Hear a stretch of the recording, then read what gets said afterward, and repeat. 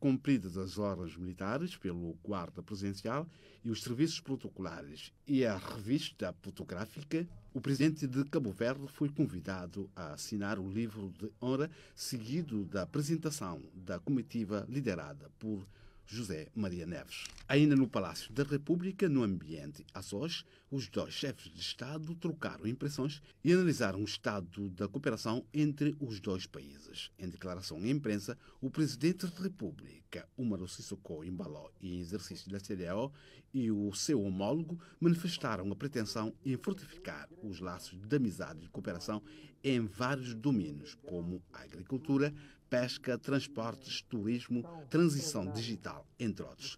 O presidente Embalo espera em Cabo Verde, um país irmão, em engrossar a fileira para que os dois países lusófonos da costa ocidental africana possam reforçar a liderança a nível da CEDEAO. Um convite do presidente Neves a fechar para que o presidente em exercício da CEDEAO, na pessoa do general de exército Umaru Sissoko Embalo, visite Cabo Verde o mais breve possível. Um país onde já esteve em 2 ocasiões. As opiniões recolhidas, é importante a visita do presidente da República de Cabo Verde, na medida em que ela vai servir para o reforço da cooperação e resolver algumas situações ligadas aos cidadãos dos dois países. A opinião dos guineenses, a primeira visita oficial do presidente de Cabo Verde, José Maria Neves, à Guiné-Bissau, demonstra o esforço dos dois em se ajudarem mutuamente, mantendo o laço de amizade já existente. Na opinião de Cedo Sanha, a situação que envolve os imigrantes guineenses no solo cabo-verdiano é de conhecimento dos dois chefes de Estado e isso deve merecer atenção. Enquanto que os outros entrevistados esperam que seja reforçada a cooperação bilateral. As visitas dos dirigentes cabo-verdianos ao solo guineense devem ser aproveitadas para reforçar a cooperação bilateral e resolver assuntos que envolvem os cidadãos dos dois países, principalmente os imigrantes, disseram os entrevistados.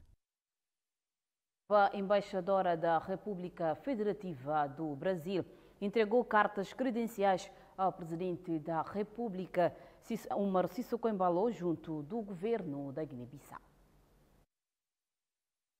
Trata-se da senhora Cláudia Eduarda Maciel, a primeira mulher embaixadora do Brasil em 48 anos, desde que os dois países estabeleceram as relações diplomáticas em 1974. Conversamos sobre o relacionamento bilateral, sobre as possibilidades de cooperação no âmbito da CPLP e também em outros fóruns multilaterais.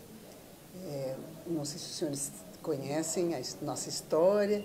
Nós somos o primeiro país fora do então bloco socialista que reconheceu a independência da Guiné-Bissau em 1974. Então, em 2 anos, celebraremos os 50 anos de relações diplomáticas amistosas e ininterruptas. Jamais fechamos a embaixada, jamais deixamos de ter um embaixador aqui na Guiné-Bissau. Eu sou a primeira mulher como embaixadora, o que também muito me honra e torna a minha missão de ainda maior responsabilidade. Brasil e a Guiné-Bissau têm vários acordos bilaterais com destaque para o setor de ensino superior e formação técnico-profissional. Nós temos uma extensa agenda de cooperação em vários setores, economia, justiça, agricultura, formação de capacitações na área profissional, na área de segurança. Temos muitos estudantes da Guiné-Bissau nas universidades brasileiras, que muito enriquecem a nossa sociedade. Enfim, é uma agenda bastante dinâmica e que me dá muita honra e um grande desafio também para o meu trabalho junto com a minha equipe, que estamos aqui junto com toda a equipe de funcionários locais. Nos próximos 2 anos, os dois países celebrarão 5 décadas do relacionamento diplomático. O presidente da República exonerou hoje todos os conselheiros e assessores. Umaro Sissoko Embalo argumenta a decisão nas dificuldades financeiras. Atendendo a razões que relevam da conveniência de serviço e da necessidade de racionalização dos meios financeiros colocados à disposição do Gabinete do Presidente da República e da sua adequação ao Orçamento Geral do Estado, reconhecendo que a prossecução desse desiderato passa pela gestão eficiente dos recursos humanos que lhe são afetos. Assim, nos termos do artigo 72º, conjugado com o artigo 70º da Constituição da República, o Presidente da República decreta o seguinte: artigo 1º. É dada por finda a comissão de serviço de todos os conselheiros do Presidente da República e assessores do Gabinete do Presidente da República, nomeado para as diferentes áreas. Artigo 2º. O presente decreto presidencial entra imediatamente em vigor. Bissau, 21 de outubro de 2022, publique-se General do Exército Umaro Sissoko Embalo. O ministro da Comunicação Social encontra-se em Istambul, Turquia, onde participa na 12ª sessão da Conferência dos Estados da OCI, a qual o país assume a vice-presidência da Organização de Atividades.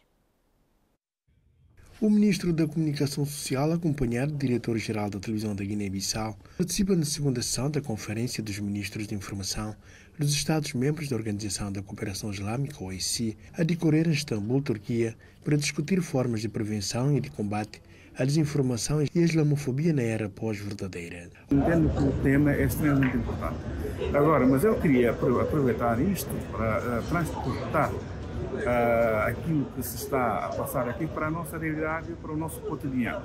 No nosso cotidiano, o que é que nós temos? Temos um país, que é a Guiné-Bissau, um país em vias de desenvolvimento, em que a verdade é a melhor arma de se combater a pobreza, em que a verdade é a melhor arma para lutar para o progresso, e permitir que haja desinformação neste momento em que as redes sociais, a presença das redes sociais na nossa vida tornou-se uma realidade, e então é extremamente importante que ajudemos com a verdade a dizer aquilo que se passa, porque quando se diz uma não verdade e depois se tenta reparar com um desmentido, às vezes fazemos-lo pedindo até desculpa porque quando foi um engano. Nós nunca temos a certeza de que o desmentido vai ser ouvido, vai ser visto por todos aqueles a quem nós, no dia anterior, dissemos uma não-verdade. A ocasião serviu para o Ministro da Comunicação Social advertir os homens da mídia a verificar os conteúdos informativos através de rigor, ética sempre ordenado, o direito ao contraditório antes da sua difusão. É extremamente importante para os homens que trabalham nos médias, nos órgãos de comunicação social, para aqueles que usam também as redes sociais. Porque as redes sociais devem servir para o desenvolvimento do país, para a consolidação dos nossos ganhos, promover e consolidar os nossos ganhos. Aquilo que dissermos hoje, se não for verdade, faz muitos estragos. Depois vamos dizer, não era assim, eu pensei que era... As pessoas que ouviram aquilo que nós dissemos ontem não vão ouvir, essas mesmas pessoas não vão ouvir hoje. Vão continuar com a ideia daquilo que se disse ontem e isso vai trazer problemas. Então, isso é um apelo que eu aproveito este fórum aqui em Istambul, que estão praticamente todos os países membros do OCI, e a Guiné-Bissau é o membro fundador. Estamos aqui justamente nisto, para aproveitar isso para trazer a consciência das pessoas a importância de combater a desinformação. A convite da Presidência da República da Turquia, através do Departamento Nacional de Comunicação, a Guiné-Bissau participa na 12ª Conferência da OCI, onde assumiu a vice-presidência de atividades da organização de conferência, que é também membro fundador. Foi encerrada ontem, quinta-feira, em Bissau, o ateliê de reforço de capacidade sobre o trabalho digno. Participaram no evento representantes dos departamentos governamentais e parceiros do desenvolvimento. As linhas principais do Plano Nacional do Desenvolvimento 2020-2023, a Agenda do Trabalho Digno e as iniciativas do escritório da Organização Internacional do Trabalho no país, a identificação das prioridades, o trabalho de oficina foram alguns dos temas abordados no ateliê de 3 dias sobre a promoção do trabalho digno. Na cerimônia do encerramento desse ateliê de capacitação, o representante da Organização Internacional do Trabalho proferiu um breve discurso. Pour moi, un plaisir au nom du directeur du BIT. Em nome do diretor da OIT, sobretudo em nome dos meus colegas aqui presentes para a colaboração técnica, é necessário afirmar que este ateliê foi realizado no âmbito do pedido do governo da Guiné-Bissau junto da OIT, no sentido de acompanhar o país na sua luta para o desenvolvimento. Com esta formação, hoje ultrapassamos mais uma etapa. A Sucênia Sedi Donate é diretora-geral do Trabalho, Emprego e Formação Profissional e foi ela que fechou a sessão de intervenção com o seguinte realce. Este ateliê é um ponto de partida para o lançamento do PPP-TD na Guiné-Bissau. Hoje terminamos o ateliê, onde avaliamos e aprovamos o que para nós é importante e que garante a promoção do trabalho decente.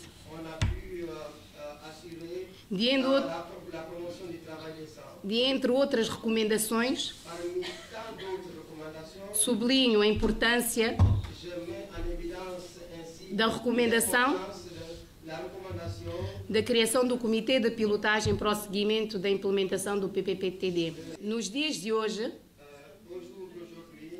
O objetivo fundamental da Organização Internacional do Trabalho é promover aos homens e às mulheres o acesso ao trabalho decente e produtivo, em condições de liberdade, equidade, segurança e dignidade humana. A diretora-geral do Trabalho, Emprego e Formação Profissional terminou seu discurso endereçando cumprimentos e agradecimentos à Organização Internacional de Trabalho pela valiosa contribuição e apoio que presta à Guiné-Bissau. 44 finalistas do Centro de Tecnologias de Design Gráfico de Bissau receberam hoje os seus diplomas. Trata-se do 6º grupo de formados. Cerca de 44 estudantes do Centro de Tecnologias de Design Gráfico de Bissau receberam o diploma de conclusão do curso durante uma cerimónia realizada no recinto da instituição. Os estudantes foram diplomados nas áreas de design gráfico, informática, manutenção de computadores e culinária. Prometemos fazer com esses diplomas um instrumento para o desenvolvimento do país e do empreendedorismo no seio das instituições e da sociedade onde cada um de nós está inserida. É necessário investir no ensino nas gerações futuras, porque saber é poder. Porque quando mais sabemos, mais livres somos. O presidente do grupo CTD Bissau pediu aos formandos que honrem a casa que os formou. O mundo mudou. Com a mudança do mundo, nós não podemos não ficar com os braços cruzados. Precisamos mudar. Precisamos efetivamente mudar também. E se não mudarmos a evolução, então nós vamos ficar por trás. Quais são essas evoluções? Estamos a falar das novas tecnologias. Não estamos a falar de outras coisas, estamos a falar das novas tecnologias. Sendo a tecnologia como a chave do mundo considerado, e para qualquer sucesso hoje em dia em qualquer organização, naturalmente as novas tecnologias estariam sempre em frente. Temos de reafirmar isso, que o governo tem que assumir o papel. Não é pensar só em dinheiro, é pensar no capital humano, como nós estamos a fazer aqui. Senão, um dia, tornaremos todos comerciantes ou políticos. O presidente da RENASP, durante a cerimónia, parabenizou os formandos pela finalização da etapa. É a luta de nós, enquanto dirigentes juvenis, e a luta, sobretudo, da RENASP, para que possamos ter centros de formação técnico-profissional com vista a tirar jovens nas bancadas e demais outros espaços que nós consideramos menos apropriados para a juventude. Hoje em dia, fala-se de juventude que consome mais a droga, fala-se do banditismo no país, mas todas essas práticas menos bons, praticamente os jovens é que são sempre apontados os dedos. Mas por que isso acontece? Nós dissemos que isso sim é possível acontecer porque não há ocupação para jovens. E se há ocupação para jovens, eu acredito que não vamos ter comportamentos desviantes. Centro de Tecnologia de Design Gráfico foi fundado pelos jovens empreendedores guineenses formados em diferentes áreas do saber. O presidente da Federação de Handebol da Guiné-Bissau lamenta o que considera de tratamento desigual das autoridades nacionais no que concerne ao apoio das diferentes modalidades desportivas no país. No quadro da apresentação oficial da Seleção Nacional dos Cadetes e Júniores Masculinos, com vista à participação nos Jogos da Zona 2 da Confederação Africana de Handebol a ter lugar em Conakry entre os dias 24 a 30 de outubro, o presidente da Federação da Modalidade afirma que não recebemos nenhuma testão de parte do governo para a preparação da seleção até a partida, até a ida da seleção. O desporto não é só uma modalidade, o desporto é conjunto das modalidades. Da como é conjunto das modalidades, depois seleção nacional, é assumido pelo Estado, não é pela Federação. Agora, o Estado tem que assumir a seleção nacional. E nós fizemos toda a diligência interna. Até enviamos uma carta para a Presidência da República para pedir uma audiência. Não deram-nos audiência.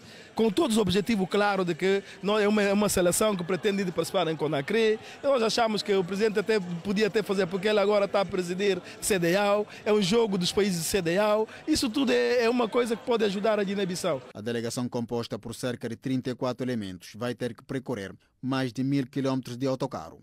Este apoio consiste naquilo que é a programação do Comitê Olímpico para 2021-2024 e a Federação de Handebol foi selecionada como a modalidade de equipa que será ou que irá receber apoio do Comitê Olímpico com vista a buscar a qualificação para os Jogos Olímpicos para 2024.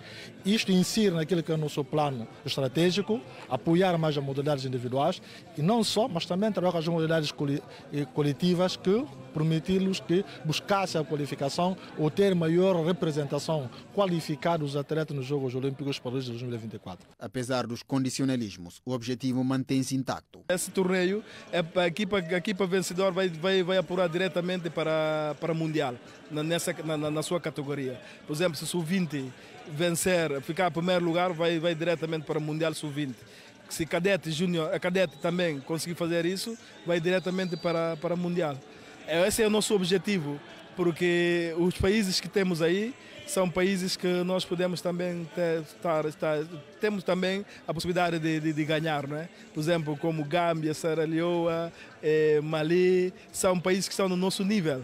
Então, temos ainda Cabo Verde, ainda que está um pouco, porque Cabo Verde já participou no Mundial, e temos Conakry também muito forte agora, mas outros estão no nosso nível. Importa salientar que a seleção que vencer o troféu vai apurar-se diretamente para o Campeonato do Mundo da modalidade.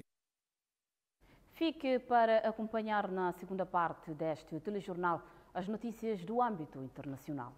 O ex-presidente da Assembleia Nacional de Gabão compareceu na quinta-feira ao Tribunal Correcional de Granville para explicar a origem do dinheiro encontrado nas suas malas quando fazia uma viagem. As imagens tinham estupefactos todos os gaboneses no passado mês de setembro.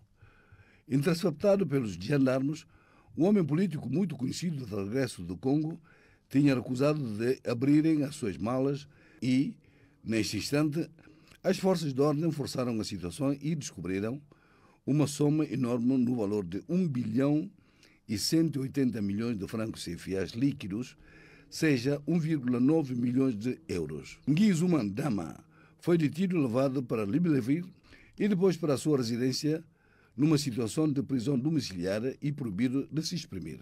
No Gabão, ele é uma grande personalidade com 79 anos, foi presidente da Assembleia Nacional e assumiu o cargo durante 19 anos e um fiel de Ali Bongo Ondimba até a sua demissão em 2016, onde se tornou um grande opositor à frente do seu partido, os Democratas. Nesta passada terça-feira, o acusado conheceu o seu primeiro processo, onde foi julgado de ter recusado abrir as suas malas à frente dos guardas fiscais, e o veredito será conhecido dentro de uma dezena de dias. Mas de onde vem todo esse dinheiro? Talvez do presidente Sassou Nguesso, onde até certos opositores supostamente pensaram assim, desta forma. As hipóteses estão ainda sempre abertas e esse dinheiro foi confiado a um juiz de instrução em Libreville. Os cargos por Nzuma Dama são bastante pesados.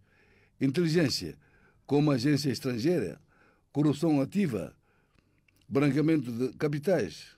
Um inquérito ainda poderá ir muito longe. Este assunto intervém há 2 meses das presidenciais de 2023, onde Kizum Dama poderá ser um concorrente sério face a Ali Bongo. Présidentielle d'août 2023, où Ngizuma Dama pouvait être un concurrent sérieux face à Ali Bongo.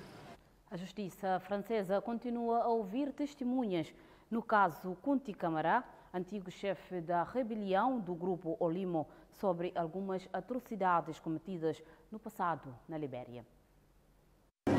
Plus de 30 ans après les faits... Depois de 30 anos, os fatos estão ali. Mais de 6.000 quilômetros do local de exações que passou e foi vítima, Josper veio especialmente da Libéria para testemunhar perante os tribunais de Paris. Vítima da parte civil, ele deve guardar o anonimato por causa da sua própria segurança. L'anonymat pour sa propre sécurité. La chose la plus importante pour moi... A coisa mais importante para mim, neste momento, é de ter uma justiça. Vim à procura da justiça. Justice pour des faits commis au Libéria. Justiça para os crimes cometidos na Libéria nos inícios dos anos 1990. Na origem da queixa está a ONG suíça e no banco dos acusados está Kunti Camara, um antigo comandante da milícia rebelde na Libéria chamado Ulimo, julgado por atos de tortura e de exações e cumplicidade de crime contra a humanidade. Barbarie et complicité de crimes contre l'humanité. C'était un homme jeune à l'époque, il avait environ 20-25 ans, d'après ce qu'on sait. Era jovem na época e ele tinha mais ou menos 20 a 25 anos e era comandante do terreno desta facção Ulimo, que executaram pessoas cortando-lhes a garganta, rompendo as barrigas e apanhavam os intestinos e secavam. Sinceramente, era um ser muito cruel, com mensagens bem claras. Se resistirem, vamos cortar-vos em pedaços. E era terrível. Si vous résistez, des choses terribles vont vous arriver. En ce début des années 90, le Libéria... No início dos anos 90, a Libéria tinha vivido no terror e no sangue. O país afundou-se numa guerra civil e o caos, provocado pelos grupos armados dirigidos por Charles Taylor, os rebeldes da Frente Nacional Patriótica. Confrontam-se com outros grupos rebeldes, o Ulimo, que ganhavam terrenos. Sob o seu reino, são execuções, torturas, trabalhos forçados, violências sexuais, são moedas correntes. Na época, Jasper tinha mais ou menos 20 anos. Jasper avait une vingtaine d'années. Le Libéria n'a jamais jugé les crimes commis pendant les... A Libéria jamais julgou os crimes cometidos durante as duas guerras civis, que causou a morte de 250 mil mortos, entre 1989 a 2003. O Tribunal de Paris ouviu, já Jasper pela segunda vez, sobre os trabalhos forçados que passou e sobre o suplício de um civil à frente dele que fora torturado até a morte. Torturé et exécuté à la hache, auquel il dit avoir assisté. David Dimini a été tué. David Deming foi morto e o seu coração foi arrancado e comido por todos os comandantes do grupo. Ele comeu o coração de David. Depois de uma série de torturas, estou aliviado de ter explicado isso ao público e à comunidade internacional e à França, para que a justiça possa prevalecer, para que tais atos não possam ter lugar mais na Libéria. Que de tels actes aient de nouveaux lieux au Libéria. Depuis le début du procès, desde o início do processo, o acusado nega em bloco as culpas que lhe foram dadas. En bloc les faits qui lui sont reprochés. Monsieur Camara n'a été... Sr. Camara não passava de um soldado no grupo Ulimo, com uma graduação média do comandante. Ele esteve sempre na frente e nunca cometeu atos. As ações foram cometidas nesta época, mas nunca participou. Kunti Camara corre o risco de prisão perpétua e o julgamento é esperado no início do mês de novembro. Est attendu début novembre. O secretário-geral das Nações Unidas visitou a Índia e encontrou-se com o primeiro-ministro, com quem discutiu questões ligadas ao desenvolvimento sustentável do planeta. O futuro do planeta passa pela Índia. Em visita ao país asiático, António Guterres encontrou-se com o primeiro-ministro Narendra Modi e sublinhou a importância do país, que é o lar de 1/6 da humanidade, para atingir os Objetivos de Desenvolvimento Sustentável da ONU até 2030. Assumamos o compromisso de alterar as nossas economias e os nossos estilos de vida para podermos partilhar os recursos da terra de forma justa, usando apenas o que é necessário. Contamos com a Índia para assumir a presidência do G20, rumo a uma nova era de sustentabilidade, de acordo com a sua cultura, a sua história e as suas tradições. Na agenda de Guterres está ainda uma visita à primeira aldeia do país inteiramente alimentada por energia solar. Um oásis num país onde a poluição é um grave problema, particularmente nas grandes cidades, e onde o acesso à água potável e saneamento básico são ainda uma miragem para uma grande parte da população. Os Estados Unidos da América acusam o governo iraniano de estar a apoiar a Rússia a lançar drones na Crimeia. As acusações norte-americanas surgem momentos após a União Europeia ter denunciado o caso. Depois da NATO, foi agora a vez de os Estados Unidos acusarem o Irão de estar a ajudar a Rússia a lançar drones na Crimeia. Washington denuncia que militares iranianos estão a prestar assistência técnica ao exército russo no uso destes veículos não tripulados de fabrico iraniano para criar medo entre a população civil na Ucrânia. A denúncia surge após esta segunda-feira estes drones terem sido usados para bombardear a capital ucraniana. Podemos confirmar que militares russos baseados na Crimeia têm pilotado drones iranianos e estado a usá-los para conduzir ataques cinéticos em toda a Ucrânia, incluindo ataques contra Kiev nos últimos dias. Temos conhecimento de que houve pessoal do exército iraniano no terreno, na Crimeia, a ajudar a Rússia nestas operações. A Rússia recebeu dezenas destes drones até agora e provavelmente continuará a receber carregamentos adicionais no futuro. Desde quarta-feira, data que marcou o início da evacuação forçada pela Rússia da região de Kherson, no sul da Ucrânia, cerca de 15 mil pessoas foram já retiradas através do rio Dnipro. Volodymyr Zelensky acusa agora Moscou de querer culpar os militares ucranianos pela possível destruição de uma barragem local, atualmente sob o controle das tropas russas. De acordo com as nossas informações, a barragem da central hidroelétrica de Kakhovka foi minada por terroristas russos. Agora, todos no mundo devem agir com força e rapidez para evitar outro ataque terrorista russo. Explodir a barragem seria uma catástrofe. No terreno, a Cruz Vermelha viu a visita à prisão de Olenivka cancelada por Moscovo por alegadas questões de segurança. A organização tinha recebido luz verde esta quinta-feira para ir ao local onde se encontram dezenas de prisioneiros de guerra ucranianos.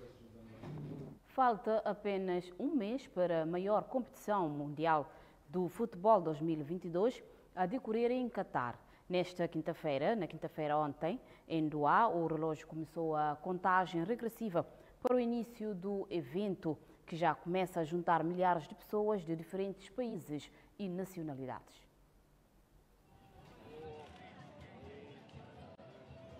Um mês para a Copa do Mundo do Qatar 2022. Nesta quinta-feira, o relógio que faz uma contagem regressiva para o Mundial em Doha marcou apenas 30 dias para a bola rolar. Fãs de futebol de várias nacionalidades já estão no país para acompanhar os jogos.